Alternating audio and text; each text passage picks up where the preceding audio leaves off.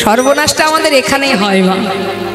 অনেকে গর্ব করে বলে আমার 4টে বাড়ি আছে, 10টা গাড়ি আছে, আমার আছে, আমি করেছি, বলে না। আবার অনেকে বলে দেখবেন কোথায় আর ভগবান, মানে যত সময় ক্ষমতা থাকে আমরা কি বলি, ভগবান টগবান নেই, আমি ভগবান। তাই তো? তা এখন মনে করুন 4টে বাড়ি। আচ্ছা এবার আপনারা বলুন, একজন বলছে আমার এখানে বাড়ি, ওখানে বাড়ি, সেখানে বাড়ি, গ্রামে বাড়ি, শহরে বাড়ি, বিদেশে বাড়ি, ভালো কথা। আচ্ছা 4টে বাড়িতে কি একসঙ্গে থাকা যাবে? না, তাই আবার হয় নাকি? থাকি তো আমি একটা বাড়িতে, ভালো কথা। আচ্ছা একটা বাড়ির পুরো বাড়িটা জুড়ে থাকা যায়? যায় না। তাহলে থাকি কোথায়? এটা আমার ছেলের ঘর, এটা ছোট ছেলে, এটা মেজো ছেলে, এটা বড় ছেলে, এটা ঠাকুর ঘর, এটা রান্নাঘর, আমি থাকি ওই ছোট্ট একটা ঘরের মধ্যে, মানে একটা রুমের মধ্যে। 4টে বাড়িতেই তো থাকা যায়, থাকা যায় না? থাকা যাবে না, গেল। তাহলে ওই 15/20 স্কয়ার ফুটের মধ্যে পুরোটা জুড়ে আমি থাকি? পুরো তার মধ্যে মনে করুন একটা ছোট পালঙ্ক আছে, 6-7 একটা পালঙ্ক, সেই পালঙ্কের উপরে আমি থাকি। আচ্ছা বলুন দেখি বাবা, সেই পুরো পালঙ্কটা জুড়ে কি আমি থাকতে পারবো? এক পাশে। এখন যদি বলা হয় যে তুমি এত বড় পালঙ্কের পুরো জায়গাটা জুড়েই তো ঘুমাতে পারো, তোমারই তো সব, বলে হবে না, আর একজন আছে, আর একজন শেয়ারে আছে, এখানেও ভাগ আছে, পালঙ্কে শোবো কি করে, আর একজন ভাগিদার আছে, তারও জায়গা রাখতে হবে, সর্বনাশ। তাহলে আমার জায়গা কোথায়? মনে করুন আমার 10টা গাড়ি আছে, কোনো গাড়িতে হাত, কোনো গাড়িতে পা, কোনো গাড়িতে মাথা, থাকা যাবে না? বলে দূর থাকবো, চালাবো তো আমি একটা গাড়ি, নিতাই গৌর হরি বল। তাহলে থাকার জায়গা কোথায়? ওই 3.5 হাত, তার বেশি তুমি পাবে না বাবা, পৃথিবীর যে প্রান্তেই যাও না কেন। নিতাই গৌর হরি বল, হরি বল। তাহলে এত অহংকার কিসের, এত গর্ব কিসের? ভগবান দিয়েছে তাই পেয়েছি, আবার যদি সে চাই কেড়েও নিতে পারে, তাই তো? তা আমরা কখনো কখনো অহংকারে হাতে তালি দিই না, লজ্জা সম্মানে বাঁধে। আবার সেই ব্যক্তির বাড়িতে যদি বাচ্চার জন্মদিন হয়, তার বাচ্চার যদি জন্মদিন হয়, বাচ্চাকে খুশি করার সময় দেখবেন হ্যাপি বার্থডে টু ইউ, তখন জোরে জোরে হাতে তালি দিই। আর হরি নামে এসে হাতে তালি দিতে গেলে আমাদের বড় সম্মানে বাঁধে। সেই পারবে জোরে জোরে হাতে তালি দিতে যার হৃদয় মাঝে কৃষ্ণ প্রেমের উদয় হবে। বৃন্দাবনবাসী কাঁদছে কার জন্য? গোবিন্দের জন্য। তাদের চোখে জল দেখে, তাদের কান্না দেখে, মা যশোমতী, নন্দ মহারাজ সকলের কান্না দেখে দেবর্ষি নারদ মনে মনে চিন্তা করলেন, এ আমি কোথায় এলাম? এসেছিলাম সাধু সঙ্গ করতে, বৃন্দাবনে না এলে তো জানতে পারতাম না। আজ বৃন্দাবনের সবাইকে কাঁদিয়ে আজ গোবিন্দ সেই দ্বারকায় রাজা হয়ে বসে আছে, মহাসুখে দিন কাটাচ্ছে, সবাইকে কাঁদিয়ে কি সুখে আছে সে। বৃন্দাবনবাসী তাকে এত ভালোবাসে, এতদিন আমি ভেবেছিলাম যে আমি তাকে বেশি ভালোবাসি, কিন্তু বৃন্দাবনে না এলে জানতে পারতাম না যে বৃন্দাবনবাসী কত ভালোবাসে প্রভুকে। আর সবার চোখে কাঁদিয়ে, সবার চোখে জল দিয়ে, সবাইকে কাঁদিয়ে তুমি কেমন করে সুখে আছো প্রভু? দ্বারকার রাজা হয়ে কত সুখে তুমি আছো, আমিও না দেখে যাব না। আমার নাম দেবর্ষি নারদ, সবাই আমাকে বলে আমি নাকি গন্ডগোলের গোসাই, কিন্তু গন্ডগোলটা যে আগে থেকে পাকানো থাকে সেটা কেউ ভাবে না। আজ আমি দেখতে চাই সবাইকে কাঁদিয়ে তুমি কত সুখে আছো। দেবর্ষি নারদ দেরি না করে নিজের বীণাকে বলছে, ওরে বীণা, এতদিন যার নাম করেছিস সেই নাম ভুলে যা, ওই নাম আর করবি না, আজ থেকে নাম গাইবি রাধা নাম। হরি বল। নিজের বীণাকে বলছি, বলো বলো যন্ত্র রাধা নাম মন্ত্র,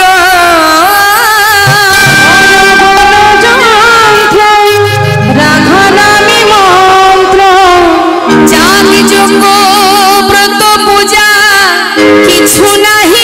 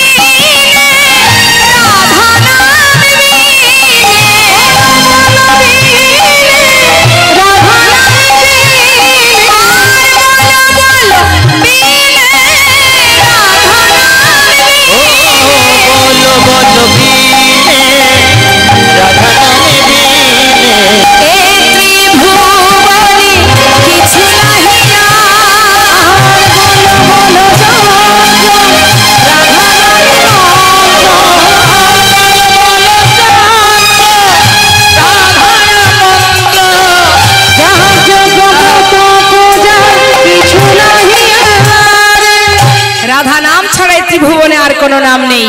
ওরে বিনা, তুই রাধা নাম গাইতে গাইতে চল। বিনা বাজ্যে রাধা নাম গাইতে গাইতে এবার যাচ্ছে বৃন্দাবন থেকে দ্বারকায়। নিতাই গৌর হরি বল। দ্বারকার মহারাজ বসে আছেন সিংহাসনে, আর বদনে রাধা নাম গাইতে গাইতে যাচ্ছেন দেবশ্রী নারদ বৃন্দাবনের পথে। তো যাচ্ছে মা, আমরাও সবাই যাব রাধা নাম গাইতে গাইতে লীলার সাথে সাথে। সবাই মিলে একবার দুটো বাহু তুলতে হবে। দেখি কার কার হাত আছে, দেখি কার কার হাত আছে দেখি। দেখুন হাত সেগুলোই বাবা, যে হাত দিয়ে ভগবানের সেবা হয়, মা বাবার সেবা হয়, সমাজের কল্যাণ হয়, সেটা হচ্ছে হাত।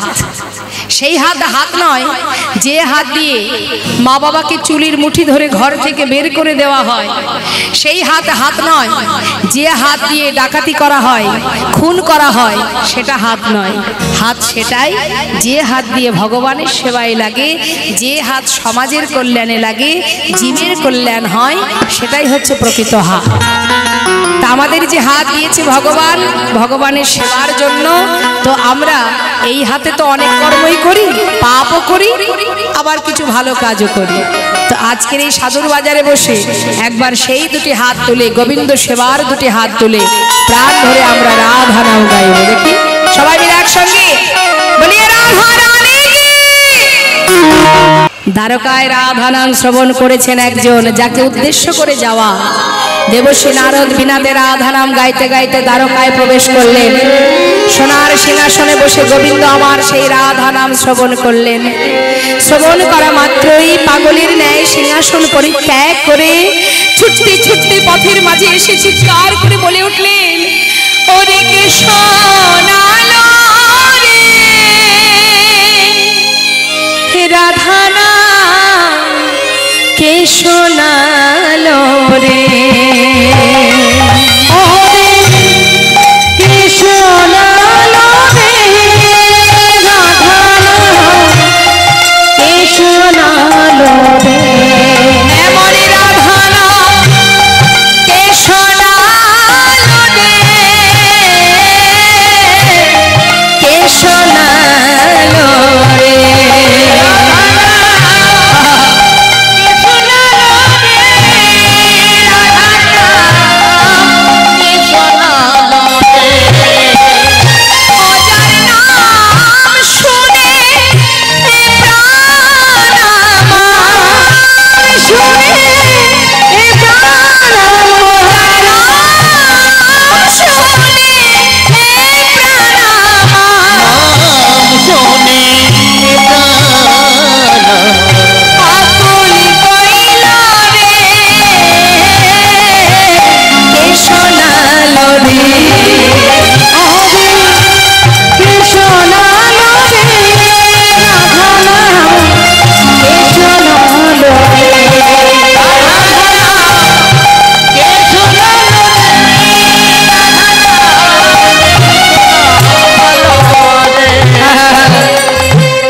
দেবশ্রী নারদকে পথের ধারে দেখতে পেয়ে ভগবান করজোড়ে জিজ্ঞাসা করলেন, দেবশ্রী আমি বুঝতে পেরেছি তুমি বৃন্দাবন থেকে এসেছো, ভিতরে এসো। ভিতরে নিয়ে গিয়ে দেবশ্রী নারদকে আসন পেতে বসতে দিলেন। জিজ্ঞাসা করলেন, গোবিন্দ দেবশ্রী বৃন্দাবনে সবাই কেমন আছে? তারা সবাই কুশলে আছে তো? দেবশ্রী নারদ মুখের দিকে তাকিয়ে বলে উঠলেন, হে মহারাজ বৃন্দাবনবাসী কেমন আছে সেটা না হয় নাই বা শুনলে, সেটা জানার দরকার নেই। তারা যে তোমায় বড় ভালোবাসে, ছেড়ে দাও তাদের কথা। আজ আমি এলাম কেন জানো? তোমার দিকে চেয়ে আমার বড় দুঃখ হচ্ছে মহারাজ। আমার দিকে চেয়ে কেন মহারাজ? জীবনে আর কত পাপ কর্ম করবে, আর কত পাপ কুড়াবে? পাপ, হ্যাঁ সকলকে কাঁদাচ্ছ তুমি, প্রত্যেকের চোখের জল এক একটি চোখের জলের বিন্দু তোমার জীবনে অভিশাপ হয়ে দাঁড়াচ্ছে। মনে আছে সেদিনের কথা, সেই কুরুক্ষেত্রের কথা, কত মাকে কাঁদিয়েছো তুমি, সবার চোখের জল তোমার জীবনের অভিশাপ। বৃন্দাবনবাসী সবাই কাঁদছে, সবার চোখের জল সে যে তোমার অভিশাপ হচ্ছে মহারাজ। তোমার কি দশা হবে সেটা ভেবেই আমি কাঁদছি। এই অভিশাপ থেকে তোমাকে উদ্ধার হতে হবে। মুক্তির কি পথ আছে দেবর্ষি? কি করব আমি, আমার উপায় কি? দেবর্ষি নারদ বলছে, মহারাজ উপায় তো অবশ্যই আছে। আমি যদি কোনো উপায় বলে দিই, সেই উপায় কি তুমি গ্রহণ করবে? বেশ মুনির দেবর্ষি, তুমি বলে দাও কি করতে হবে আমায়। মহারাজ জীবনের সমস্ত পাপ খণ্ডনের একমাত্র কাজ হলো যজ্ঞ করা। মহারাজ মনে আছে ত্রেতা যুগের কথা? ত্রেতায় রাম রাজা ছিল, অশ্বমের যজ্ঞ কইল। রাম রাজা ছিল, অশ্বমের যজ্ঞ কইল।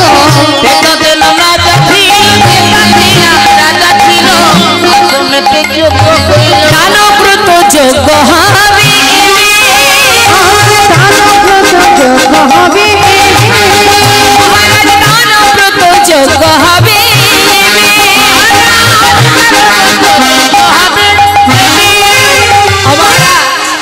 যজ্ঞ করতে হবে।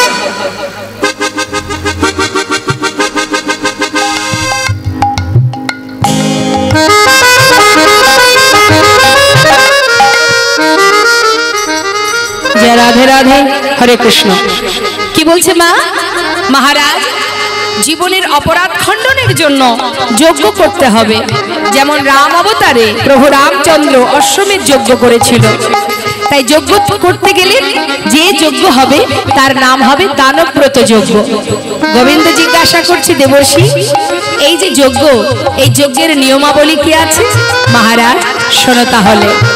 যে জন যা চাইবে হাসি মুখে দিতে হবে, যে জন যা চাইবে হাসি মুখে দিতে হবে, দান করিবে হাসি মুখে, দান করিবে হাসি মুখে।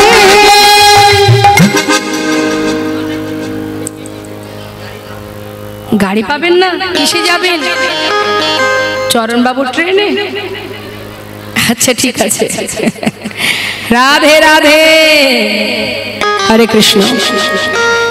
তো মা এবার একটু মন দিতে হবে কথার মধ্যে। কি বলছে? এই যে যজ্ঞ, যে জনা যা চাইবে হাসি মুখে দিতে হবে। কিন্তু দেখবেন অনেকে আছে একটু দিতে গেলে, কাউকে দান করতে গেলে কৃপণতা করে। করে কি? ঘরের মধ্যে যে জিনিসটা আমার প্রয়োজনে লাগে না আমি সাইডে ফেলে রেখেছি, কেউ যদি এলো তো সেটা দিয়ে দিলাম। এটাকে কিন্তু দান বলে না। হাসি মুখে দান করো, দানের সময় কৃপণতা করা যাবে না। দান দেবে তো স্বতঃস্ফূর্ত ভাবে মন থেকে দান করতে হবে। মহারাজ যে জনা যা চাইবে হাসি মুখে দিতে হবে, দেবার সময় মুখটা শুকিয়ে যাবে সেটা যেন না হয়। সরল মনে দিয়ে দান করতে হবে। দেখবেন আমরা ওই বাজার থেকে যখন ভগবানের, যেমন ধরুন দুর্গা পূজা বা লক্ষ্মী পূজা, সেই সময় বাজারে গিয়ে ফল কিনতে গেলে কি বলি দোকানদারকে? এই যেগুলো একটু বেঁকা আছে, পোকা আছে, হ্যাঁ এগুলো দিয়ে দাও না কিলো কিলো, অসুবিধা নেই, সবই তো ভগবানের সেবায় লেগে যাবে।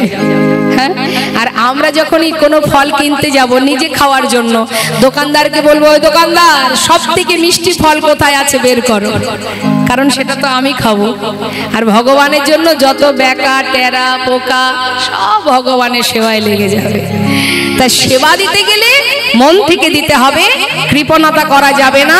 যে যা চাইবে হাসি মুখে দান করতে হবে। ভালো কথা। আরো আছে নিয়ম মহারাজ।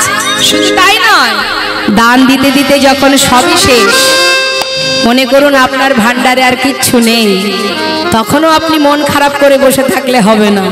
ও মহারাজ, সব শেষে দান দিয়া ভিক্ষার ঝুলি কাঁধে লইয়া, শেষে দান দিয়া ভিক্ষার ঝুলি কাঁধে লইয়া, সব শেষে দান দিয়া, সব শেষে দান দিয়া ভিক্ষার ঝুলি কাঁধে লইয়া, ভিক্ষা মেগে খাবে মন সুখে, ভিক্ষা মেগে খাবে মন সুখে, দানি ব্রতের এই তরিতি, দানি ব্রতের এই তরিতি,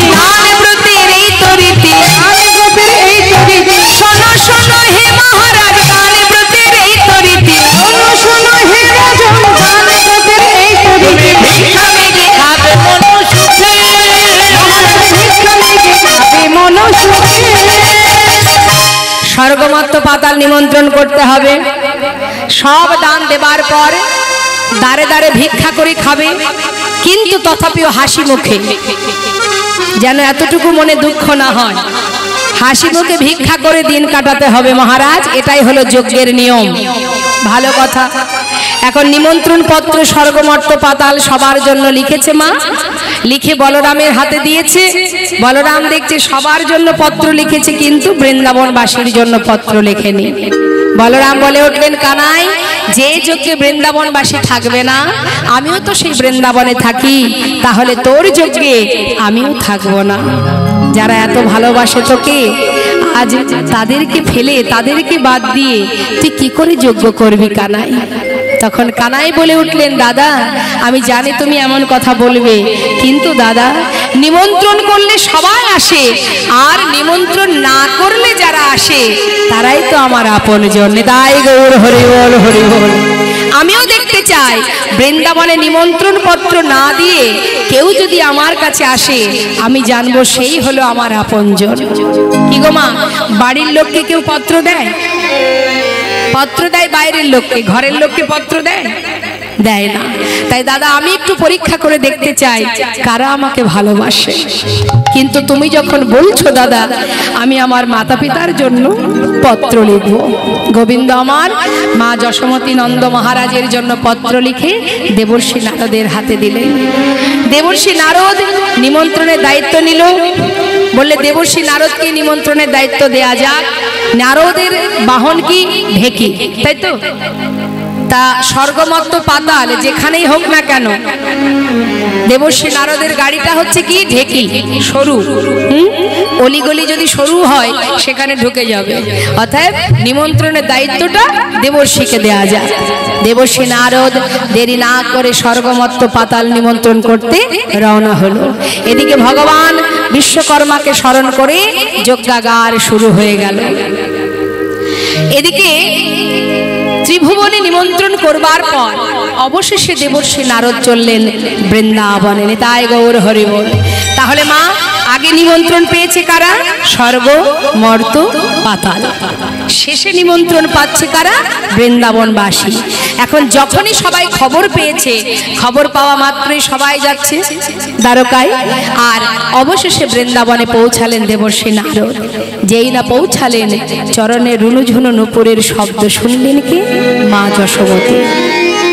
মা আমার ক্ষণে চৈতন্য, ক্ষণে অচৈতন্য, চোখে ভালো দেখতে পান না। কাঁদতে কাঁদতে কখন না জানি সে অন্ধ হয়ে গেছে। নুপুরের শব্দ পেয়ে জিজ্ঞাসা করছে, কে রে? কে এলি তুই? আমার গোপাল নাকি? দেবর্ষি নারদ বললেন, মা আমি তোমার গোপাল নই, আমি দেবর্ষি। ও দেবর্ষি, কোথা থেকে এলি রে তুই? জানিস কি আমার গোপাল দ্বারকায় কেমন আছে? মা আমি তো সেখান থেকেই এলাম। ও আমার গোপাল কেমন আছে রে? মা জানো তোমার দুই সন্তানই ভালো আছে। আজ সে যজ্ঞ করবে, তার জন্য চিঠি পাঠিয়েছে। এই দেখো তোমাকে নিমন্ত্রণ করেছে, যেতে হবে তোমায়। মা বললেন, দেবর্ষি পত্রে কি লেখা আছে একটু বল না। কেন মা, তুমি নিজে একবার নিজেই পড়ে দেখো। আমার যে দেখবার মতো আর দৃষ্টি নেই, তার জন্য কাঁদতে কাঁদতে নয়নের মনে যদি হারিয়ে যায়, সেই নয়নে কি আর দেখা যায় বাবা? হরি একটিবার বল না, পত্রে কি লেখা আছে একবার শোনা। মা আমি একটা কথা বলি, শোনো। আমি মানছি তুমি সন্তানের জন্য কাঁদতে কাঁদতে আজ তুমি চোখে দেখতে পাচ্ছ না। তোমার সন্তানের লেখা পত্রখানি একবার যদি তুমি নয়নে পরশ করো, আমার বিশ্বাস তোমার পুত্র সে যে ভগবান, তার পরশে তোমার এই দৃষ্টি আবার তুমি ফিরে পাবে। পত্রটি মায়ের হাতে দিয়ে মা একবার বুকের মধ্যে চেপে ধরে, একবার নয়নে স্পর্শ করে। দেবর্ষি নারদ নন্দ মহারাজ মা যশোমতী সবাইকে নিমন্ত্রণ করে সমস্ত ব্রজবাসীকে খবর দিচ্ছে। আর এদিকে রাধারানী আমার পাগলিনীর নয়, ধুলায় গড়াগড়ি দিয়ে কাঁদছে। ললিতা বিশাখা দেবর্ষি নারদকে আসতে দেখে চিৎকার করে ডেকে উঠলেন,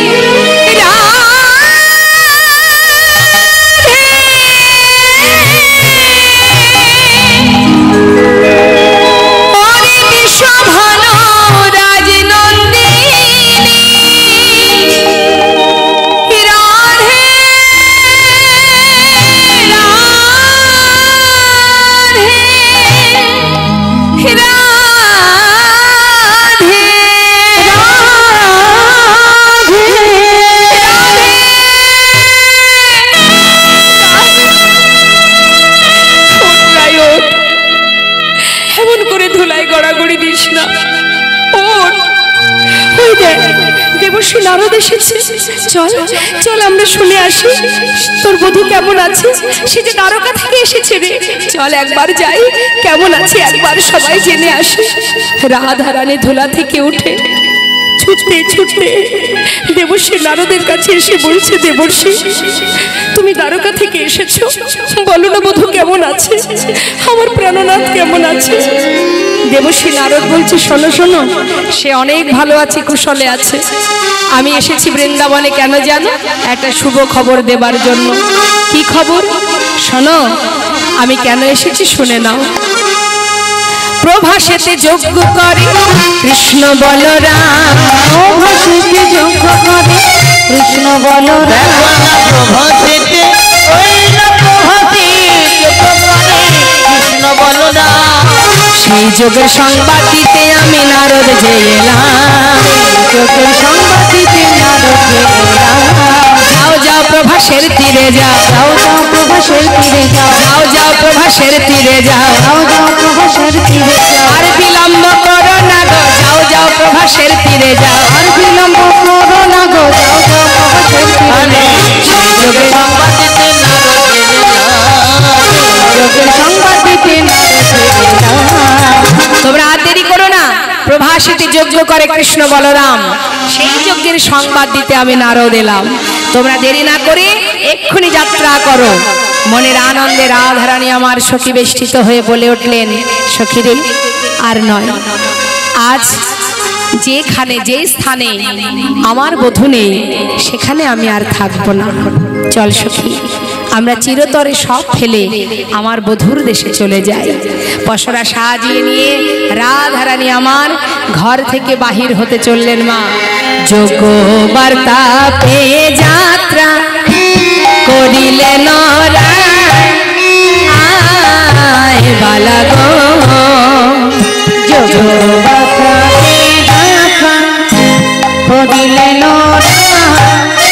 আয় বালা গো। সখী গণ সঙ্গে চলে সহিত বরা,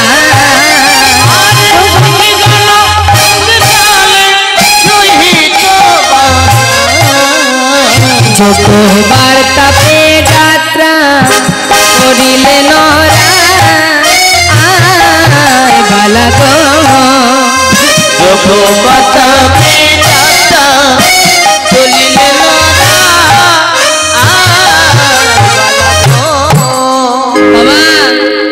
যজ্ঞের বার্তা পেয়ে খবর পেয়ে চলিলেন রায়, যাত্রা করেছে সখীগণকে নিয়ে। যেই কিনা ঘর থেকে বাহির হয়েছে, তাই গৌর হরিব। সঙ্গে সঙ্গে কোথায় ছিল কুটিলা, ননদিনী কুটিলা। সে দূর থেকে দেখতে পেল তাদের বাড়ির বৌমা মাথায় করে ডালা সাজিয়ে সখী বেষ্টিত হয়ে যাত্রা করছে।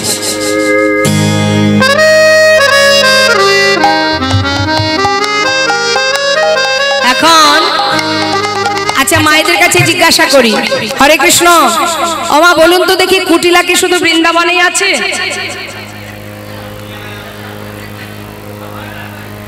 কুটিলা কিন্তু শুধু বৃন্দাবনে আছে তা নয়, কুটিলা সব জায়গায় আছে, তাই না?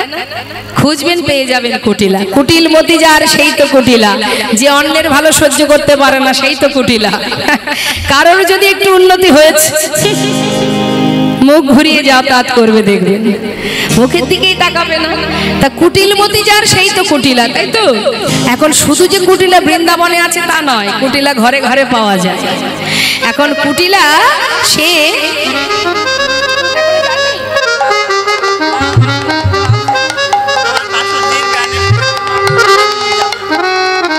দেখেছেন? হ্যাঁ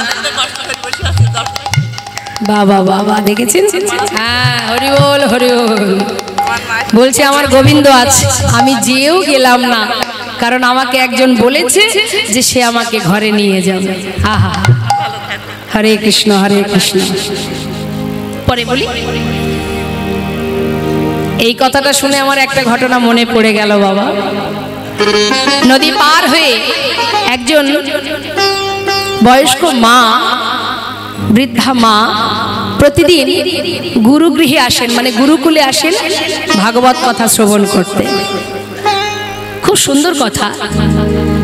তা ভাগবত কথা প্রতিদিন শ্রবণ করে। আর যেহেতু নদী পার হয়ে আসে, সন্ধ্যার পরে মাঝি আর পার করবে না, তাই ভাগবত পরিপূর্ণ হয় না, শেষ পর্যন্ত থাকতে পারে না। কিছুটা শুনে, অর্ধেকটা শুনে আবার তাকে তাড়াতাড়ি ফিরে যেতে হয়। তা একদিন তিনি ভাগবতে শুনছে যে গুরুদেব বর্ণনা করছে, বলছেন যে যদি কেউ মনে প্রাণে ভগবানকে ডাকে, সে নাকি ভবসিন্ধু পার করে নিয়ে যায়। হরি বল হরি বল। প্রতিদিন এই কথাটা শোনে, আর সন্ধ্যা হতে না হতেই, সন্ধ্যার আগেই তিনি চলে যান। এখন গুরুর কথা কখনো ব্যর্থ হয় না। মনে মনে ভেবেছে যে আজ আমি ভাগবত শেষ করব, তারপরে ঘরে যাব। যদি সত্যিই আমার প্রভু থেকে থাকে, আমাকে নিশ্চয়ই পার করে নিয়ে যাবেন। তাই গৌর হরি বল। এখন দেখতে দেখতে বেশ রাত হয়ে গেছে মা।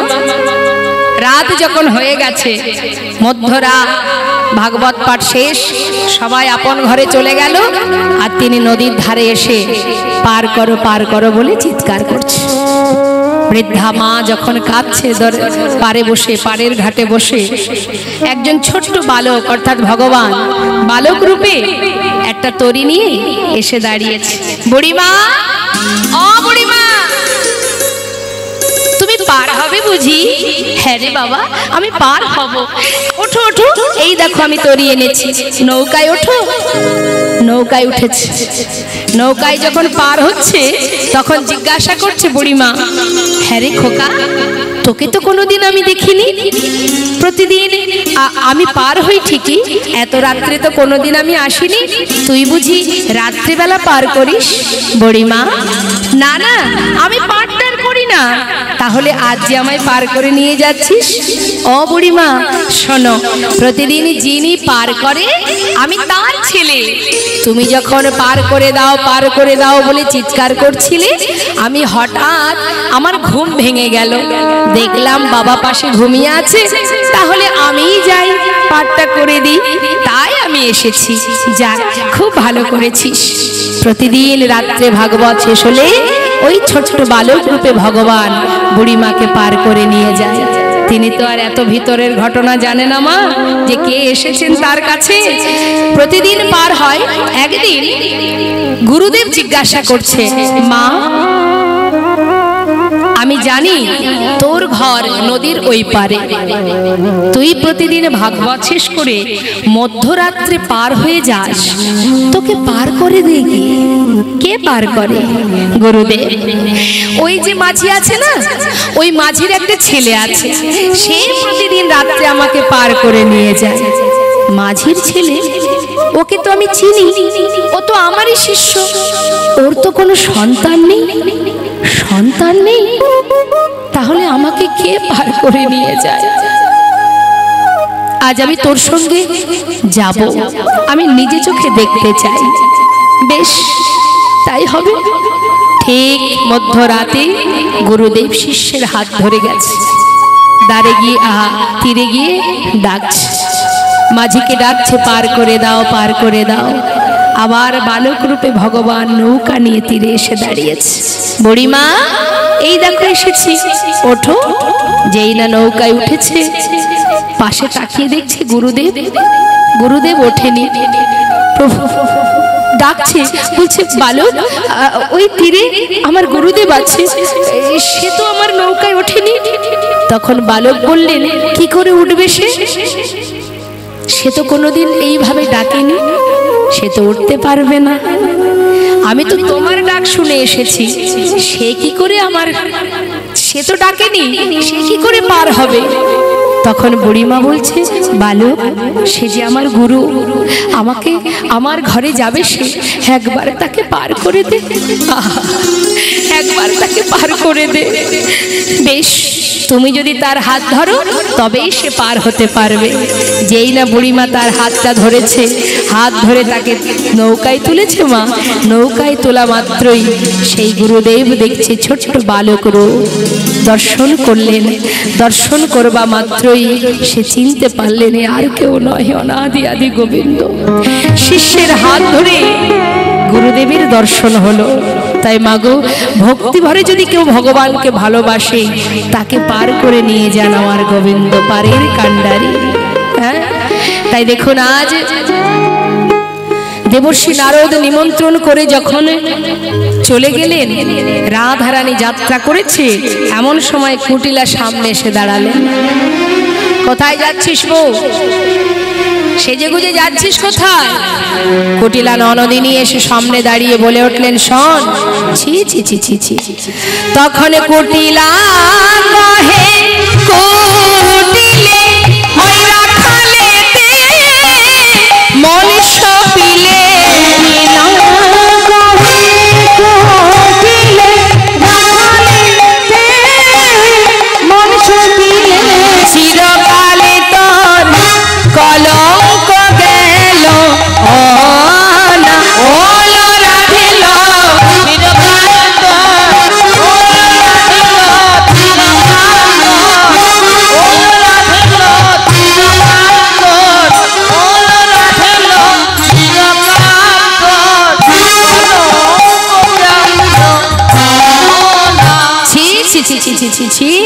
হ্যাঁ রে বউ, ওই রাখালেতে মন সপেছিস, আজ নিজের পতি ছেড়ে পতির কুলে কালি দিয়ে, সংসারের কুলে কালি দিয়ে ওই কেলে ছোড়ার কাছে যাচ্ছিস।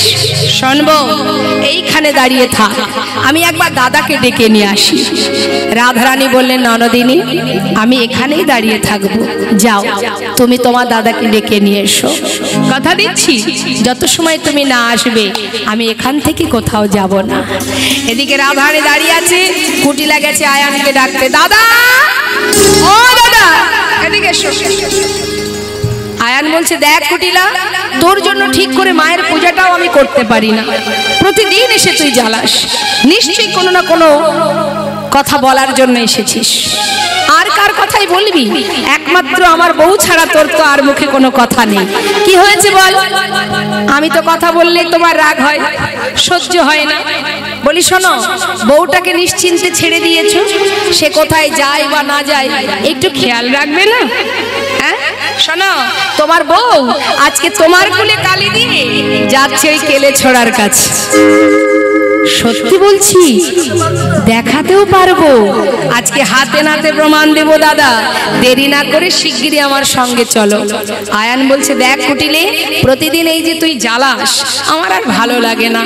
যদি আজকে বিষয়টা সত্য হয়, ওই বউকে আমি মায়ের চরণে বলি দিয়ে ঘরে ঢুকবো, আর যদি দেখি কথাটা মিথ্যা তাহলে তোকে আমি আর বাঁচিয়ে রাখবো না, তোকেই মায়ের চরণে বলি দেব। আয়ান বলছে, দাঁড়া একটু অপেক্ষা কর। মা কালীর হাত থেকে ওষিটা নিয়েছে মা, ক্রোধেতে আয়ান হয়ে কম্পমান, ক্রোধেতে আয়ান হয়ে কম্পমান, ওষি তুলে নিল হাতে,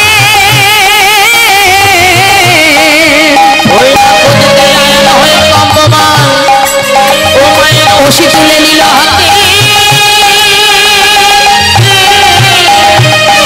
কাঁপিতে দাঁড়ালো আসিয়া কুটিলার সম্মুখেতে, এই দেখ ওষি নিয়ে এসেছি, এই দেখ ওষি নিয়ে এসেছি, এই দেখ ওষি নিয়ে এসেছি, এই দেখ ওষি নিয়ে এসেছি, ফুলের কাঁটা দূর করিতে, এই দেখ ওষি নিয়ে এসেছি, ফুলের কাঁটা দূর করিতে, এই দেখ ওষি নিয়ে এসেছি। কাঁপিতে দাঁড়ালো আসিয়া কুটিলার সম্মুখেতে, কাঁপিতে দাঁড়ালো আসিয়া কুটিলার সম্মুখেতে। দেখতে পাচ্ছিস আজকে ওই বউকে বলি দিয়ে তারপরে আমি ঘরে ঢুকবো। হ্যাঁ, কুটিলার হাত ধরে আয়ান হাতে ওষিটা নিয়ে এবার যাচ্ছে। রাধারানীর সামনে এসে দাঁড়িয়েছে মা। রাধারানীর সামনে এসে দাঁড়িয়ে কি বলছে? ছি ছি ছি ছি ছি ছি, হ্যাঁ রে বউ, নিজের স্বামী ছেড়ে পরপুরুষের কাছে? নিজ পতি তেজি পরপতি ভজি, আহা নিজ পতি তেজি পরপতি ভজি, তেজি পরপতি ভজি, ভজিলি রাখাল সহনে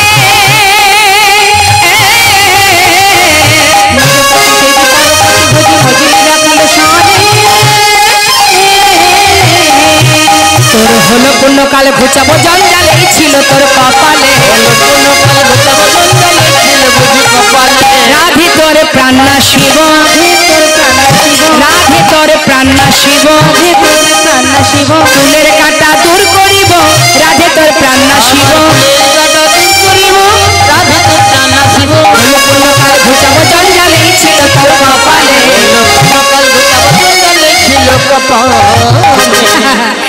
আজ আর তোকে বাঁচিয়ে রাখবো না। কুটিলা যা বলেছে একটাও মিথ্যে নয়। তোকে আজকে মায়ের চরণে বলি দিয়ে তারপরে ঘরে ঢুকবো। এই বলে যেই না ওষি দিয়ে আঘাত করতে যাবে, এমন সময় রাধারানী মনে মনে চিন্তা করলেন, এবার সময় হয়েছে, উপযুক্ত সময় হয়েছে আয়ানকে পুরবের কথা মনে করাবার। তাই দেরি না করে রাধারানী যোগমায়াকে স্মরণ করে এবার কালী মূরতি হয়ে দাঁড়ালেন। মহাজন পদাবলিতে বলছেন, নবকদম্বিনী যিনি রসের পরিপাটি,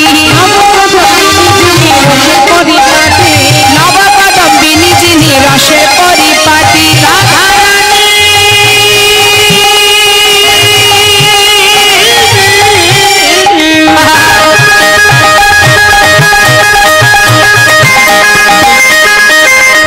আজকালি হয়ে দাঁড়ালো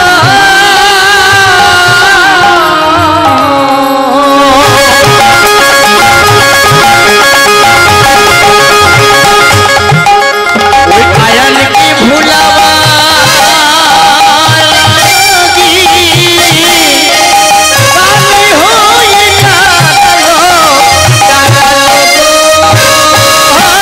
নবকদম্বিনী যিনি রসের পরিপাটি,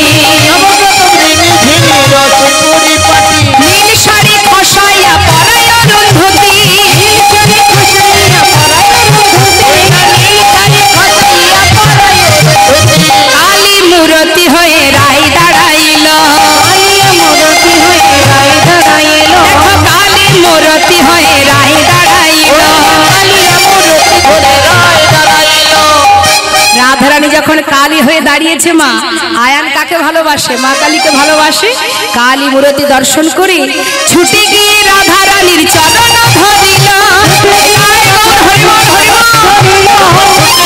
রাধারানীর চরণে ধরিল, ক্ষমা করো রায়, ক্ষমা করো রায়, ক্ষমা করো রায়, ক্ষমা করো রায়, ওই চরণের অপরাধী ক্ষমা করো রায়, চরণের অপরাধী ক্ষমা করো রায়, ওই চরণের অপরাধী ওহে আমার রাধারানী, ওই চরণের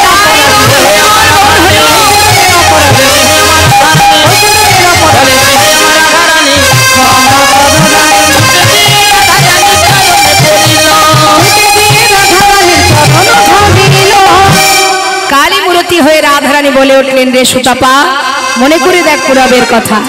তুই কে ছিলি, আমি কে ছিলাম, মনে আছে তোর? তুই ছিলি সুতাপা ঋষি, সাধনা করেছিলি বিষ্ণুর কাছে যে তোমার বামে যে লক্ষ্মী তাকে আমি আমার পত্নী রূপে পেতে চাই।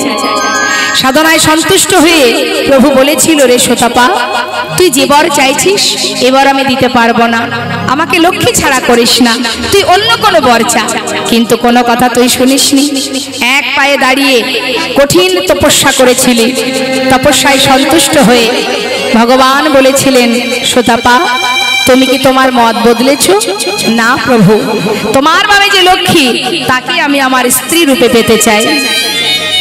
বাঞ্ছা কল্পতরু ভগবান তোকে বারণ করা সত্ত্বেও তুই শুনিসনি বলে অবশেষে তার বামে যে লক্ষ্মী অর্থাৎ আমি, আমাকে তুই পত্নী রূপে পেতে চাস, সেই বরে দিয়েছিল। তথাস্তু, তোমার মনোবাঞ্ছা পূর্ণ হবে।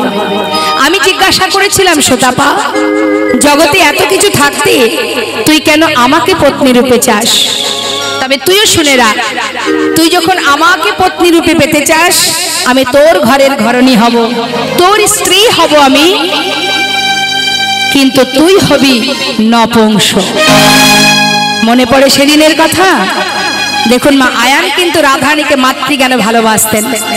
এবার যেই না আয়ান পুরবের কথা মনে পড়ে গেছে, চরণটা জড়িয়ে ধরে কাঁদছে। শুধু একটা কথাই বলে উঠলেন, হে রাধে, শুধু তোমার কাছে একটি নিবেদন, এ জন্মে আর দেখা পাই বা না পাই, মৃত্যুর আগে যেন তোমাদের যুগল দর্শন পাই।